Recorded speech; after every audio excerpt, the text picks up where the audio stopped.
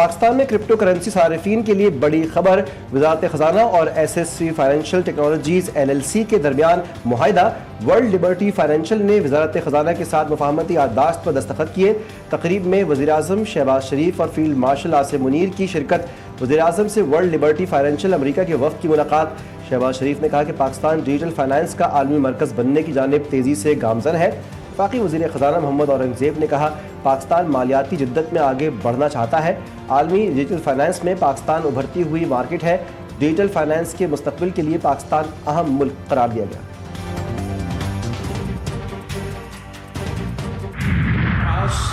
مہم چلایا جاتا ہے آپ کا، نہ صرف تھرپارکر کا بلکہ آپ کا پورا صوبہ کا کردار کشی کیا جاتا ہے کہ کچھ قوتیں چاہتے ہیں کہ وہ آپ کے صوبے کے حقوق پہ ڈاکہ ڈال کے آپ کے صوبے کے اختیار جو ہوتے ہیں یا وسائل جو ہوتے ہیں اس پہ ڈاکہ ڈالا جائے۔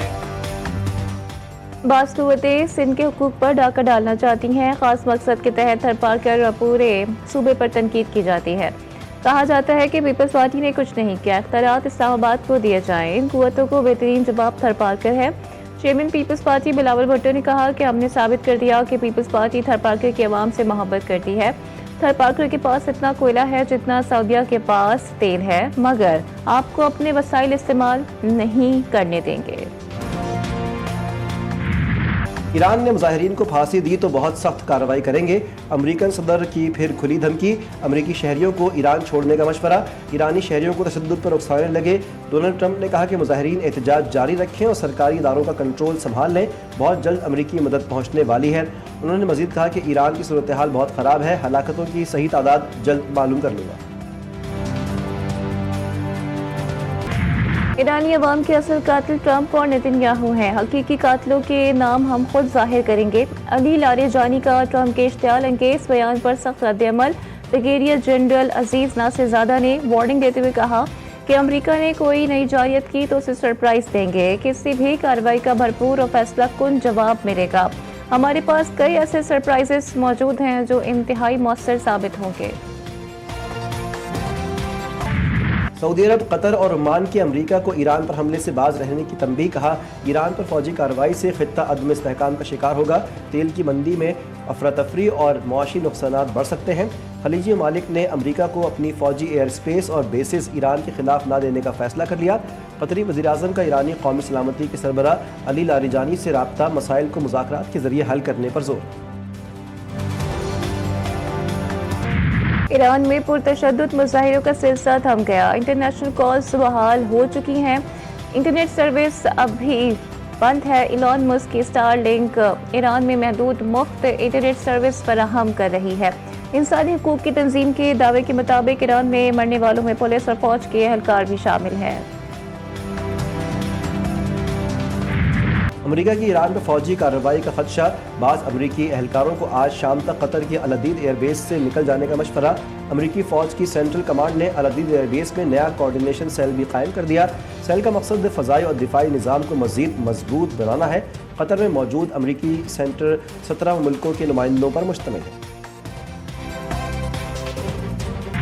ٹرمپ ایران کی خود مختاری قومی سلامتی کو خطرے میں ڈالنے کے ذمہ دار، سیاسی استحکام اور تشدد کو بھڑکا دے رہے ہیں۔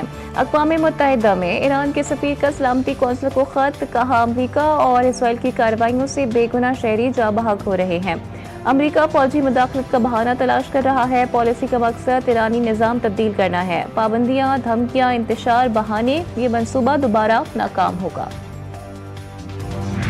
اسرائیل اور امریکہ کی ایران میں مداخلت ناقابل قبول ہے، روس کا انتباہ۔ وزارت خارجہ نے کہا کہ ایران کو غیر مستحکم کرنے کے لیے بیرونی سازشیں کی جا رہی ہیں، ایسی کارروائیاں مشرق وسطیٰ اور عالمی سلامتی کو شدید نقصان پہنچا سکتی ہیں۔ ادھر قطر نے بھی کہا کہ امریکہ ایران فوجی تصادم کے خطے پر سنگین اور تباہ کن اثرات مرتب ہوں گے، اس طرح کی صورتحال سے ہر ممکن طور پر گریز چاہتے ہیں۔ قومی اسمبلی میں قائد حزب اختلاف کی تعیناتی کا عمل جاری، اپوزیشن لیڈر کی تقرری سے متعلق حتمی فیصلہ آج یا کل ہونے کا امکان۔ اسپیکر قومی اسمبلی ایاز صادق کی اپوزیشن لیڈر کے معاملے پر مشاورت، اسپیکر چیمبر میں تقرری سے متعلق اسکروٹنی کی گئی۔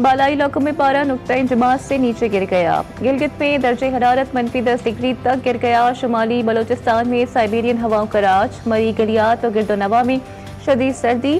محکمہ موسمیات کے ملک کے مختلف علاقوں میں بارش اور برف باری کی پیش گوئی. GB کشمیر اور ملحقہ پہاڑی علاقوں میں ہلکی بارش اور برف باری متوقع. عدالتی احکامات نظر انداز. بلدیہ عظمیٰ کراچی شہر میں آوارہ کتوں کے خلاف مہم شروع کرنے میں ناکام. 10 روز میں آوارہ کتوں نے 2000 سے زائد لوگوں کو کاٹ لیا.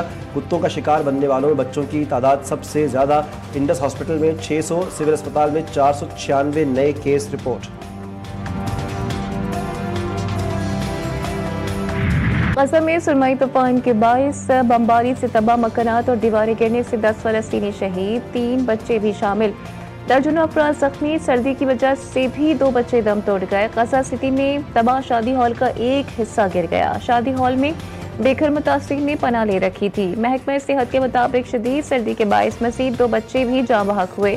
تعداد 6 ہو گئی. انسانی حقوق کے ہائی کمیشن کے ڈائریکٹر اجیت سونگائی نے کہا کہ سردی قاتل عنصر بن چکی ہے جو گزشتہ 2 سال سے جاری بمباری اور زبردستی بے دخلی کے ساتھ مل کر جانوں کے لیے مہلک ہے.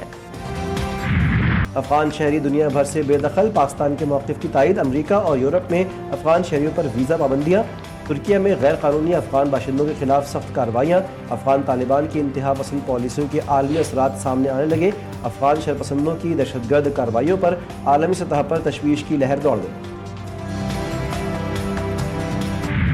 ٹائننگ انڈیا یا عدالت کا فریب، اقلیتوں اور جمہوریت پر دباؤ. بھارتی بیانیے پر عالمی سوالات اٹھ گئے. New York review of books میں مودی حکومت پر سخت تنقید. جنگ، معیشت اور انتخابات میں حقائق کے بجائے بیانیوں کا استعمال کیا گیا. غربت، بے روزگاری اور عدم مساوات کے مسائل جوں کے توں. مضمون میں پاکستان بھارت کشیدگی کے دوران جنگی دعووں کو جھوٹ اور اسٹیج شدہ شو قرار دیا گیا. PCB نے ملتان سلطانز کی آکشن کے لیے اشتہار جاری کر دیا. خواہش مند سرمایہ کار 30 جنوری تک دستاویزات جمع کروا سکتے ہیں. درخواستوں کا جائزہ لینے کے بعد کوالیفائڈ بیڈرز کی فہرست جاری ہوگی. پاکستان کرکٹ بورڈ کے مطابق کوالیفائڈ بیڈرز کو نیلامی میں حصہ لینے کی اجازت ہوگی.